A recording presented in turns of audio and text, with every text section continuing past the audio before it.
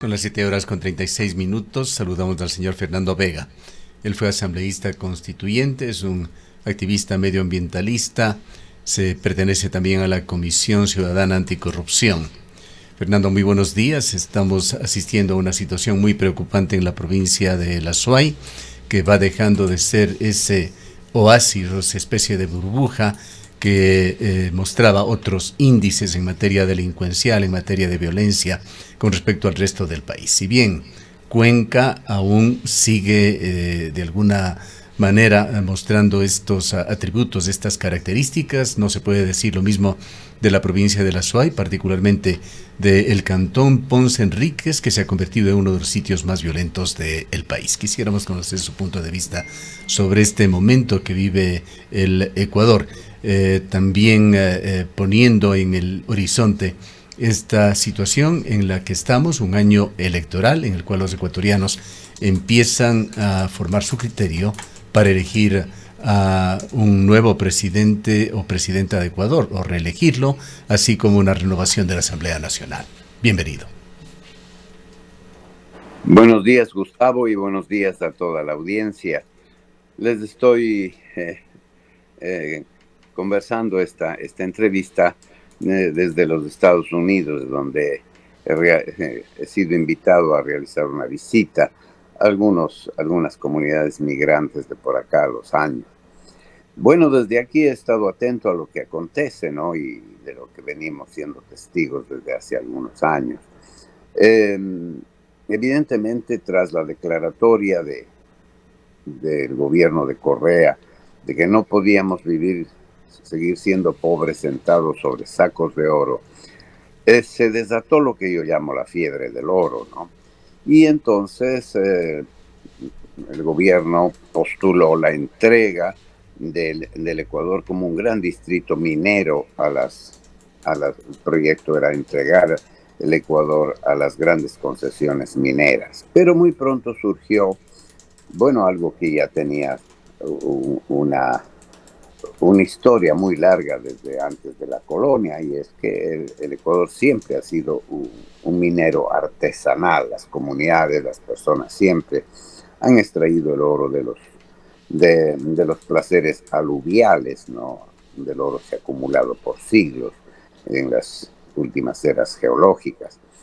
Pero la gente en general, por ejemplo, es interesantísimo ese reportaje sobre la minería en el Alto Nangaritza, donde las propias comunidades deciden que, es triste decirlo, pero dicen, para que otros vengan a destruir, lo vamos a destruir nosotros. O sea, para que otros vengan, destruyan nuestro territorio y se lleven el oro. Nosotros mismos vamos a minar y nos vamos a convertir en mineros, cosa que ha ocurrido, por ejemplo, en el Nangaritza, y cosa que ha venido ocurriendo desde hace años, por supuesto, en la zona de Ponce Enríquez, minerías pequeñas y medianas, más bien pequeñas minerías, que han sido legalizadas. A partir del gobierno de Lenín Moreno, precisamente se abre jurídica y políticamente esta posibilidad de multiplicar las concesiones mineras de tipo artesanal, que muy pronto se convierten en la puerta de entrada para la minería ilegal, porque el minero artesanal con una batea puede extraer 1 o 2 gramos de oro diarios, o más. En las zonas donde se vende maquinaria se ha llegado a extraer kilos de oro, muchos kilos de oro en una semana de trabajo, ¿no? De tal manera que era obvio que gente con capital generado de la propia minería artesanal o de inversores relacionados con esos grupos dominantes de siempre, de los territorios abandonados por el Estado, por supuesto, pues han convertido la minería en una actividad mayormente ilegal en el sentido técnico y en el sentido jurídico, ¿no? Que ha ido evolucionando desde la etapa esta de entrega de concesiones mineras a granel, siempre con la corrupción del Ministerio de Minería, por supuesto, y también el control de todas estas concesiones siempre ha estado coimado y corrompido. Todas las investigaciones que se han hecho al respecto lo denuncian, ¿no? Los propios mineros lo dicen, ¿no? Han llegado a negociar. Entonces, en Fernando, si me permite aquí una pequeña pausa y un aporte también para configurar un poco el escenario. Quisiera comentarle que el día de ayer tuvimos una entrevista con Alberto Acosta Burneo, indudablemente un destacadísimo analista de la economía ecuatoriana, y el día de ayer él realizó una defensa frontal a la minería a gran escala, a la minería concesionada, lo calificó como el futuro del país, señalando que la minería concesionada es minería responsable. Tuvimos que darle un punto de vista diferente, diciéndole simplemente que no pensábamos así. Pero en todo caso, hay esta situación que no se compadece con la realidad. Esta etiqueta de minería responsable de la minería concesionada lo han reconocido los propios dirigentes mineros en cónclaves que se han dado aquí en el país y que lo hemos reportado oportunamente. El estado del arte, de la tecnología, no da para poder hablar de una minería responsable. Los costos que quedan por reparaciones ambientales son gigantescos luego de la actividad y durante la actividad que realizan. Alberto Acosta daba una cifra además de que la minería a gran escala había dejado, sí dijo, no tengo el dato a la mano, pero había dejado como $2,000 billones al fisco en el año 2023, que es otra cifra que tampoco, en nuestro modesto criterio, se compadece con la realidad. Pero quisiera exhibir, a raíz de este diálogo, un apreciado oyente nos envió este TikTok que da cuenta de las cifras de la minería en Ecuador. Luego de esto, retornamos con usted. ¿Sabes cuáles son las 5 empresas con las mayores utilidades en Ecuador según la Superintendencia de Compañías con corte al 28 de junio del 2024, entendiendo, eso sí, como utilidad neta al dinero que un negocio obtiene como ganancia descontando todos los gastos? El ranking con el quinto lugar lo ocupa Corporación Favorita a cargo de Supermaxi con una utilidad neta de $165 millones. En cuarto lugar está Cervecería Nacional con las marcas Pilsener y Club y una utilidad neta de $183 millones.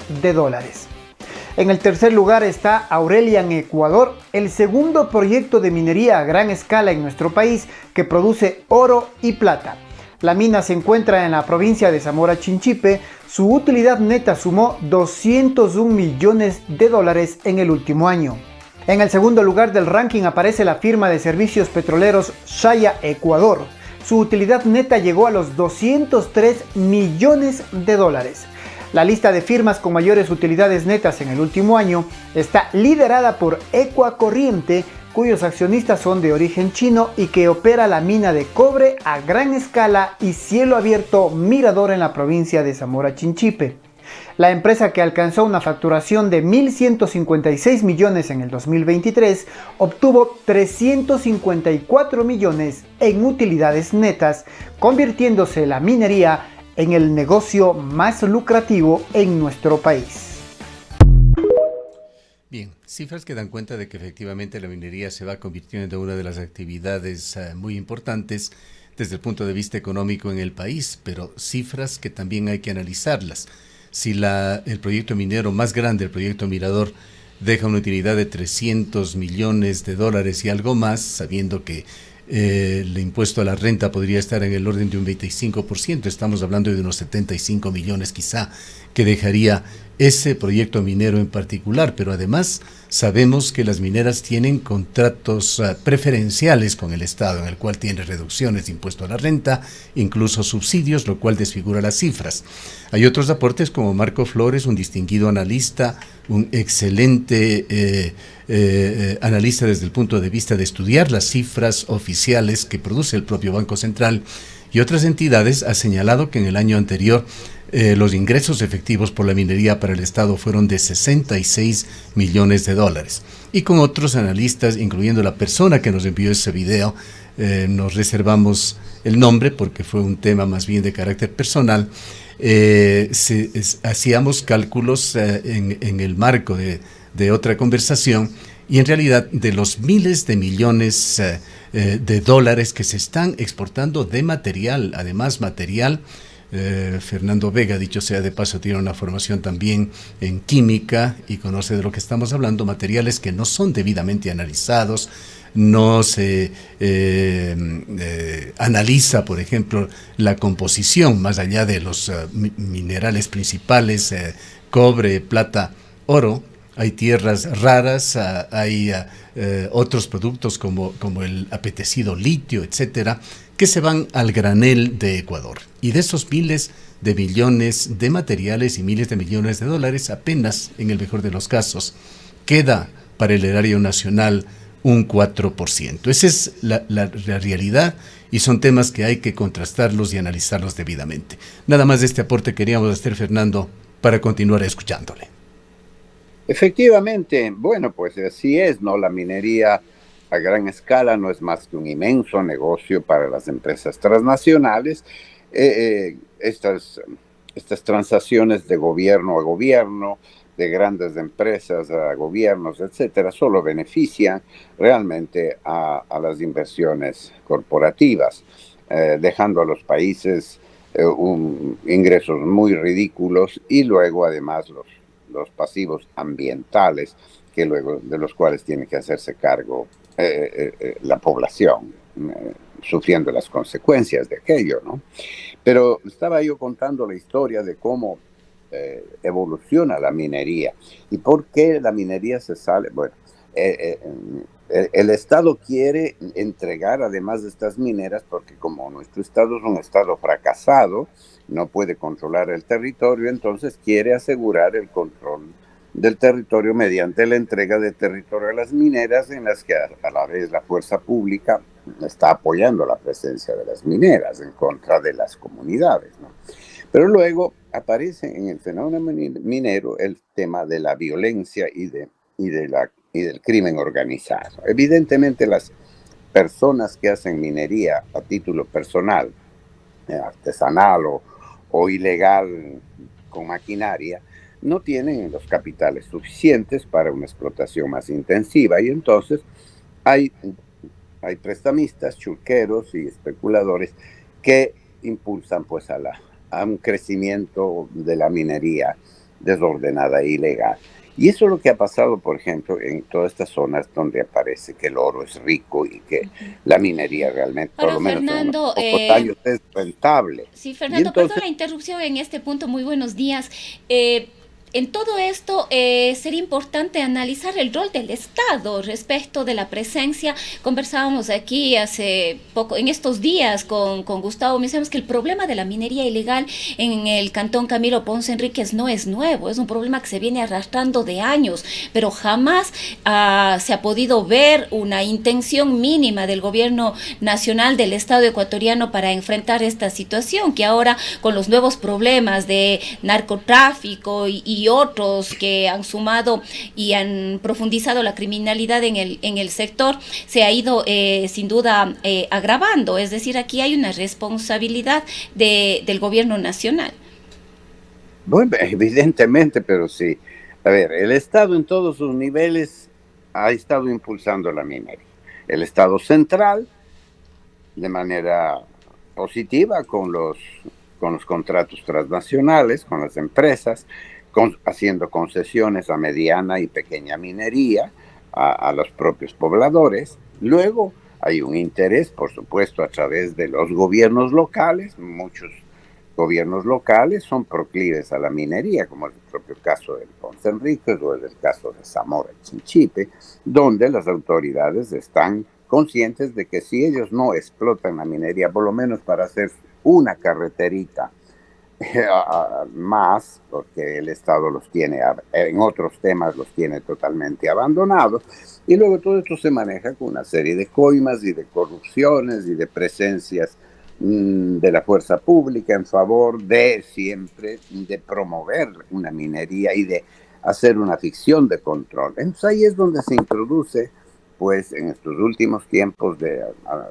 las últimas décadas, los últimos 5 años, este increciendo imparable del crimen organizado, que pasa, que diversifica la actividad criminal del narcotráfico, ¿no es cierto?, al control minero mediante la cobra de vacunas y también la apropiación de minas. Es decir, los propios mineros se vuelven mafiosos y se vuelven el nuevo aparato militar de presencia de un Estado paralelo. Es decir, el Estado central abandona la región y entonces es el Estado paralelo el que va surgiendo, el que se hace cargo del control del territorio, y ahí pues se saca oro a mansalva sin ninguna restricción, sin ningún cuidado, y se destroza la naturaleza. Después de haberla destrozado, esta frase de esta Schwarz me parece increíble, ¿no? El oro no tiene semilla. Han destruido todo el Alto Valle del Nangariza para darse cuenta que acabaron con el oro que había y que no ha quedado semilla alguna. Y que ahora, después de haber destruido toda una de las áreas más biodiversas del nexo andino-amazónico, pues resulta que ahora piensan en el turismo. Es decir, primero matamos a la vaca y luego ponemos el cuero en la pared para contemplarlo. Me parece que todos hemos perdido el norte de lo que significa la responsabilidad humana, social y ambiental, porque la codicia, el enriquecimiento rápido, el volvernos consumidores compulsivos, el querer ser ricos de la noche a la mañana, nos marea la cabeza y nos vuelve a la larga violentos y asesinos también. En lo que se refiere a la posición del gobierno de Daniel Noboa, ¿qué lecturas deja con respecto a la minería? Sabemos ya del comportamiento de algunos de los ministerios, entre ellos, paradójicamente, el Ministerio del Ambiente, que ha auspiciado incluso ciertos procesos legales que se encuentra detrás, por ejemplo, de tratar de dar de baja a la consulta popular de Girón, o la presencia del presidente de la República en el cónclave mundial de minería en Canadá, ofreciendo abiertamente todas las posibilidades del país y así por el orden. ¿Qué decir en cuanto a políticas públicas del actual gobierno con respecto a la minería?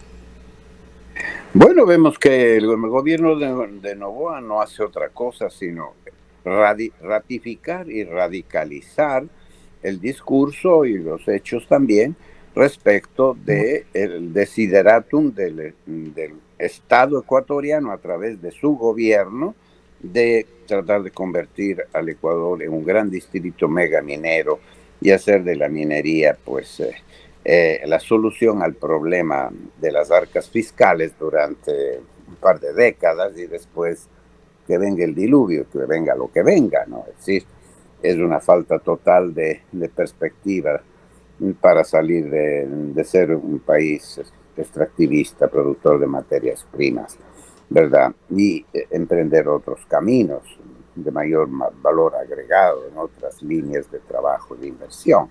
Entonces resulta que Noboa está cegado por la misma codicia y ambición y por la misma falta de perspectiva y de soluciones que tendría una planificación del desarrollo del país a largo plazo, ¿no?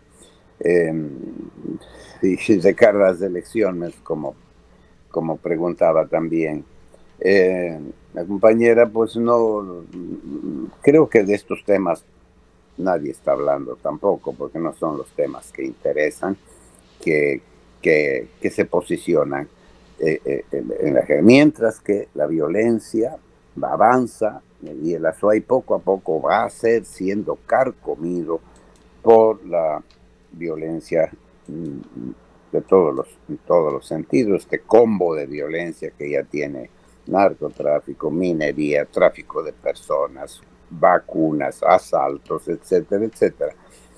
puede también terminar estrangulándonos desde la costa y desde el sur nuestras aspiraciones de seguir siendo una ciudad o una región más pacífica y más contenida en comparación con lo que está obviamente ocurriendo en la costa, Guayaquil, San Borondón, Durán, Manabí y otros lugares. Bien, vayamos, Fernando, ya en la fase final a la coyuntura política del país, a este año electoral que se está viviendo, a la presencia de 7 precandidatos y más de una docena de posibles candidatos para las próximas elecciones. El día de ayer se tuvo un capítulo de lo que podría ser la calidad de un presidente candidato, de una entrevista regalona, por decirlo de alguna manera, o condescendiente de Aer Guayas al presidente de la República, a quien muy cómodo se refirió en su propia visión, sin contradicciones, a lo que está pasando según la versión del gobierno. Bueno, por un lado, es decir, estamos en un verdadero verano de liderazgo político en el Ecuador desde hace años, la crisis de los partidos políticos. Sin partidos políticos no es posible que exista política, sin política auténtica no puede haber elecciones verdaderas. Y entonces estamos en esta especie de ficción, de permanente sainete que trata de representar sobre el escenario que existe en el Ecuador política. No hay tal, no existe aquello. Y entonces, bueno, tenemos lo de siempre, caudillismos, aventurismos de tipo populista, de tipo también utopista, ¿no?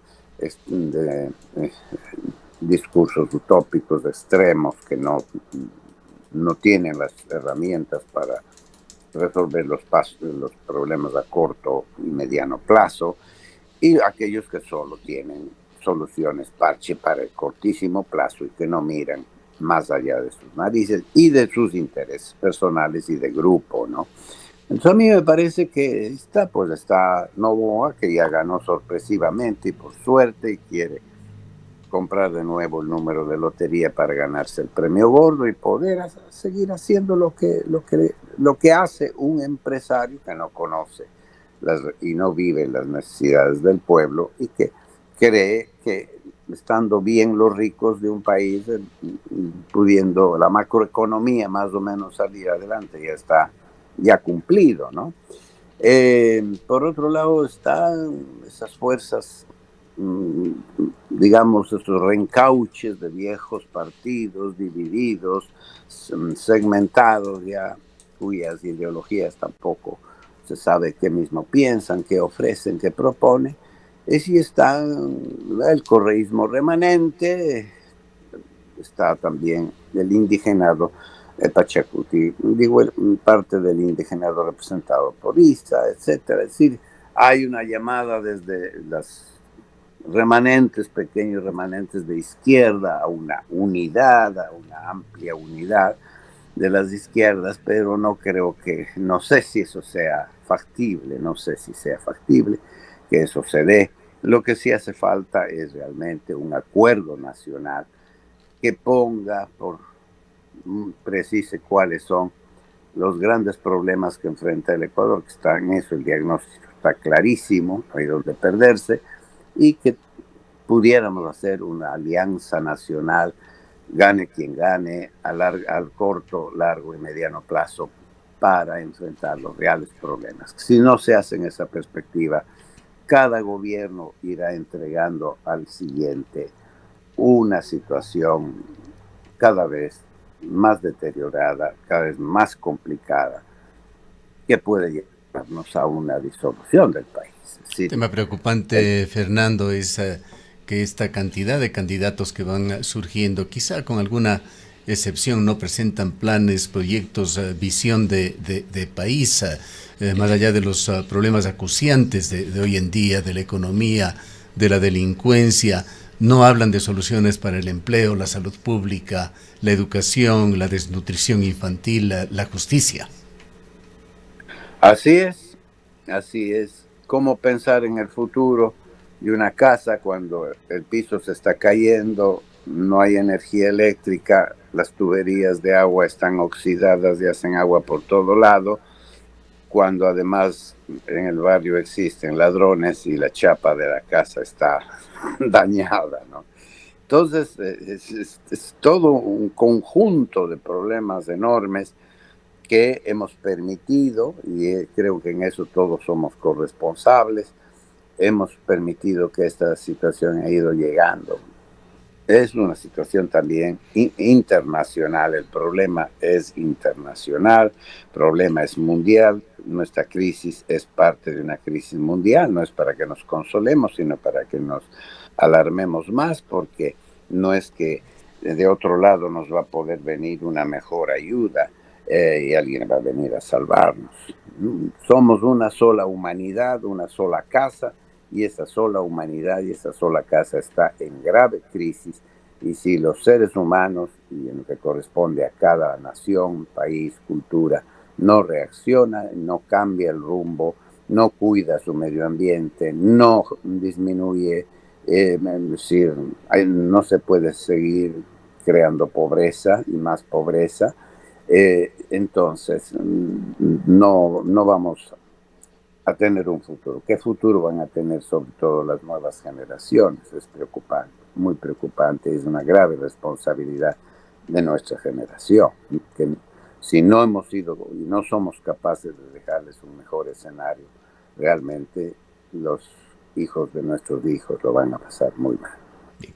Muchas gracias, Fernando, por su presencia y estas reflexiones muy importantes. Fernando Vega fue asambleísta constituyente, es activista medioambientalista, miembro del Foro Pro Defensa de la provincia de La Suay, se pertenece también a la Comisión Ciudadana Anticorrupción. Son las 8:02. El estadio está a reventar, se escucha el cantar de los hinchas, pero continuamos con la jugada y el delantero estrella recibe el balón y con